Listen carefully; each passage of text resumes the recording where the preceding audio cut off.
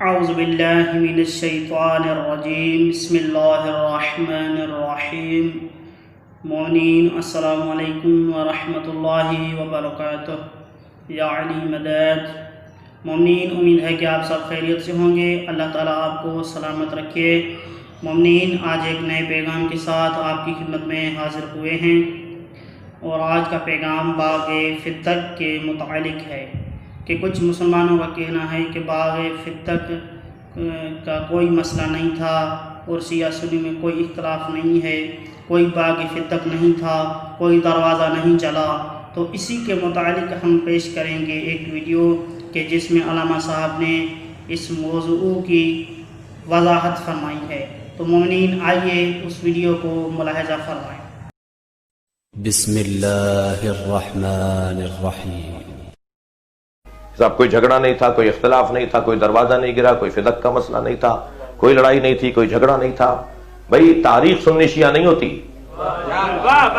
حدیثوں میں تو یہ فرق میں نے کر لیا کہ اگر راوی فلاں فلاں شرائط والے ہوں گے تو اہل سنت اسے مانتے ہیں، اور فلاں فلاں شرائط والے ہوں گے تو شیعہ اسے مانتے ہیں۔ مجھ سے ابھی ڈاؤ میڈیکل یونیورسٹی کے اندر ایک جوان نے، اہل سنت ڈاکٹر نے سوال کیا، یوم حسین میں تھے ابھی ہم کچھ دن پہلے۔ انہوں نے کہا کہ جی آپ کو صحیح بخاری کے بارے میں آپ کی کیا رائے ہے؟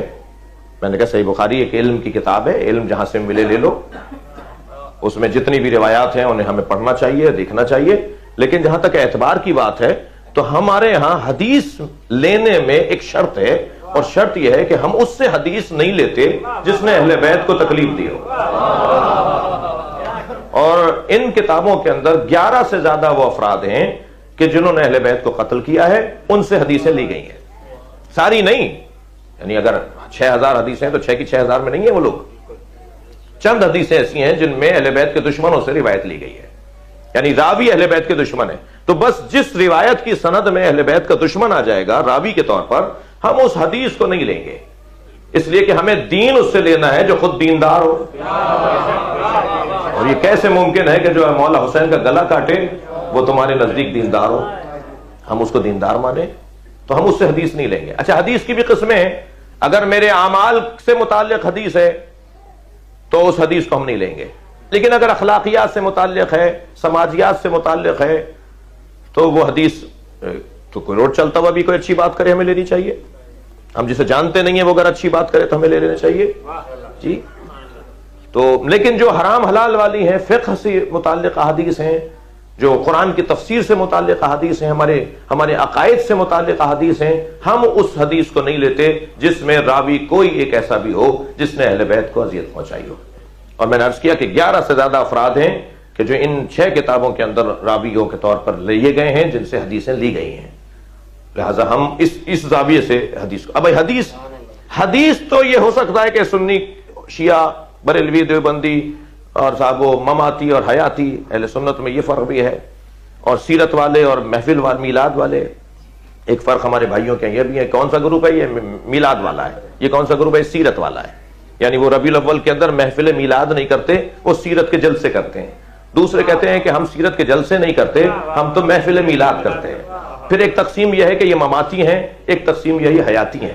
مماتی حیاتی کا مطلب یہ ہے کہ ایک گروہ اہل سنت بھائیوں کا یہ کہتا ہے کہ نبی ابھی زندہ ہیں، اور ایک گروہ کہتا ہے کہ وہ معاذ اللہ مر گئے، کوئی ہماری آواز نہیں سنتے، ان سے بات کرنا فضول ہے، ان پہ درود بھیجنا فضول ہے، انہیں سلام کرنا فضول ہے۔ یہ مماتی عقیدہ ہے۔ یہ تقسیمات ہیں، تو ہم اس میں بحث میں نہیں جا رہے۔ دیکھیے یہ والے عنوانات تو مسلکی بنیاد پر تقسیم ہیں، مگر تاریخ سنی شیعہ نہیں ہوتی۔ وہی تبری سے میں بھی لیتا ہوں تاریخ، وہی تبری سے اہل سنت بھی لیتے ہیں، ابن حشام سے ہم بھی تاریخ لیتے ہیں، ابن حشام کی بنائی ہوئی لکھی ہوئی تاریخ سے ہم بھی پڑھتے ہیں، اسی ابن حشام کی تاریخ سے یعقوبی، ذہبی، مسعودی، جتنے بھی تاریخ دان اول صدر اسلام کے اور پہلے زمانے کے گزرے ہیں جنہوں نے ان واقعات کو لکھا ہے، وہ سنی شیعہ کا مسئلہ نہیں ہے۔ سنی بھی اس سے لیتا ہے، ہم بھی اس سے لیتے ہیں۔ ان ساری کتابوں میں لکھا ہوا ہے کہ جمل ہوا ہے، نہروان کا واقعہ ہوا ہے، صفین کا واقعہ ہوا ہے۔ آپ کہہ رہے ہیں کوئی جھگڑا نہیں تھا، آپ کہہ رہے ہیں کچھ نہیں ہوا۔ اچھا، حدیثوں کی کتابیں بھی ہماری نہیں۔ ابھی پچھلے دنوں کراچی یونیورسٹی کے کوئی 20-25 اہل سنت جوان آئے اور ایک لمبی فہرست انہوں نے بنائی ہوئی تھی کہ یہ کیوں کرتے ہیں آپ، یہ کیوں کرتے ہیں آپ، یہ کیوں کرتے ہیں، ہماری کتابوں سے دکھائیے کہ آپ صحیح کرتے ہیں۔ اچھا، کرتے ہمیں آپ کی کتابوں سے دکھائیں. ہماری مشکل دوہری ہے، بلکہ بعض اوقات تو سحری اور چوہری ہے جی.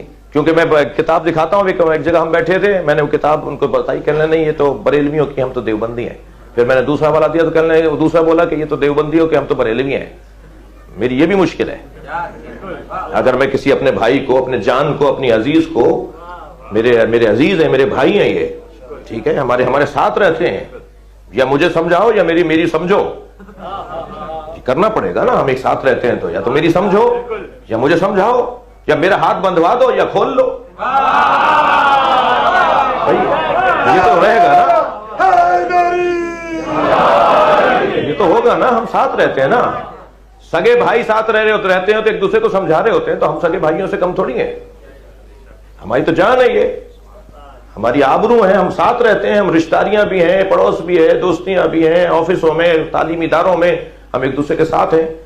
تو یہ میری مشکل ہے کہ میں یہ کہتا ہوں تو کہتے ہیں نہیں یہ ہماری نہیں ہے، وہ کہتے ہیں تو نہیں ہماری نہیں ہے، تو مجھے اپنی بھی حوالہ دینا. تو ہم نے ان جوانوں کو کہنے لگے جی ہماری کتابوں سے دکھائیے کہ جناب زہرا پہ دروازہ گرا، ہماری کتابوں سے دکھائیے کہ جناب سیدہ زہرا کے ساتھ یہ ظلم و زیادتی ہوئی. جی ہم نے دکھا دی ان کو کتاب، کئی کتابیں دی. ان میں ایک بڑی مشہور کتاب ہے ابن قتیبہ دینوری کی کتاب الامامۃ و سیاست. اس کے پہلے ہی صفحوں پہ، چوتھے نمبر صفحے کے اوپر پوری داستان لکھی ہے، کیف یبایع علی ابا بکر، کیسے حضرت علی نے بیعت کی. وہ پوری داستان ہے بیعت کیسے کی ہے، یعنی ان کے مطابق بیعت کا پورا قصہ. ایک دفعہ بھیجا، علی کو بلانے نہیں آئے، کہا میں نہیں آؤں گا، میں قرآن کی تفسیر لکھ رہا ہوں. دوسری دفعہ گروہ کو بھیجا، علی نہیں آئے. تیسری دفعہ گروہ کو بھیجا، علی نہیں آئے. چوتھی دفعہ کہا ہم خود لینے چلتے ہیں. جناب زہرا نے آ کے کہا میں علی کو باہر نہیں آنے دوں گی. انہوں نے کہا علی کو باہر بھیجو ورنہ ہم گھر میں گھس آئیں گے. بیوی نے فرمایا تمہیں یہ سب لکھا ہے، بڑا معتبر نام ہے ہمارے بھائیوں کا. بیوی نے فرمایا کہ تمہیں اندازہ نہیں ہے کہ تم کیا کہہ رہے ہو، یہ گھر کس کا ہے، تم گھر میں گھساؤ گے، اس گھر میں کون رہتا ہے تمہیں اندازہ ہے؟ کہ کوئی بھی رہتا ہو ہم گھر میں گھسائیں گے. اور اس کے بعد دروازے کو آگ لگائی گئی، کیونکہ بیوی کنڈی نہیں کھول رہی تھی، بیوی دروازہ نہیں کھول رہی تھی. پھر اس دروازے کو آگ لگائی گئی، اور جب دروازہ آدھا جل گیا تو اس دروازے کو لات مار کے گرایا گیا. اور پھر علی کو پکڑ کر لے گئے دربار کے اندر، اور پھر ایسے علی نے بیعت کر لی. یہ ہے بیان. تو یہ روشن ہے کہ ہم بیزار ہیں ان لوگوں سے، نام کا فساد سے بچنے کی خاطر، ماحول کو خراب ہونے سے بچانے کی خاطر، اختلاف اور انتشار سے رکنے کی خاطر اور بچنے کی خاطر کوئی ضرورت نہیں ہے. بلکہ شرعی طور پر چند شخصیات کے بارے میں آیت اللہ سیستانی کا بھی فتویٰ ہے، آیت اللہ خامنائی کا بھی فتویٰ ہے، ائمہ کا حکم ہے. ائمہ کی حدیث کی روشنی میں فتویٰ دیا جاتا ہے، فتویٰ جیب سے نہیں دیا جاتا. فتویٰ اپنی پسند کی رائے کو نہیں کہتے. ہمارے ائمہ کے فرامین ہیں کہ چند شخصیات کے بارے میں، چند شخصیات کے بارے میں ان کا نام لے کر ان کے بارے میں کوئی نامناسب جملہ کہنا جو ان کے چاہنے والوں کی دل آزاری کا سبب بنے، شرعاً حرام ہے. اس کا مطلب ہرگز یہ نہیں ہے کہ ہم انہیں اپنا مرشد مان رہے ہیں، ہم انہیں اپنا پیر مان رہے ہیں، ہم ان کی پیروی کے لیے تیار ہو گئے ہیں، انہیں آئیڈیل مان رہے ہیں. یہ مطلب کیوں نکل رہا ہے اس بات کا؟ میں نے کہا عمران عامر لیاقت نے ٹی وی پہ سنا دیا، بول ٹی وی پر، تو بعد میں کہا گیا جی مولانا نے کہہ دیا کہ ان کو کچھ نہیں کہو. اس کا مطلب یہ ہرگز نہیں ہے کہ ہم ان کو اپنا بڑا مان رہے ہیں. یہ علیحدہ بات ہے. اور یہ علیحدہ بات ہے کہ نام لے کر تبرہ کرنا ان شخصیات کے بارے میں جن کو ایک بہت بڑا طبقہ معتبر مانتا ہے، اس سے فساد پھیلے گا، ماحول خراب ہوگا. یہ کام ہم نہ کریں، شرم جائز نہیں ہے. لیکن یہ طے ہے کہ جس نے جناب زہرا کی پسلیاں توڑی ہم اسے اپنے لیے معتبر نہیں مانتے. جس نے مولا کائنات کو اور آگے بڑھیے جناب اللہ اکبر زہرا پہ ہاتھ اٹھایا، میرے مولا عسکری روز شہادت حضرت زہرا رو رہے تھے، گریہ کر رہے تھے. تو ایک چاہنے والے نے کہا مولا اتنی مدت گزر گئی. تو مومنین، آپ نے ملاحظہ فرمایا کہ علامہ صاحب نے بڑا بہترین جواب دیا.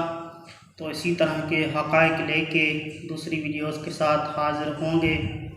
تب تک کے لیے اجازت چاہتے ہیں۔ والسلام علیکم ورحمۃ اللہ وبرکاتہ۔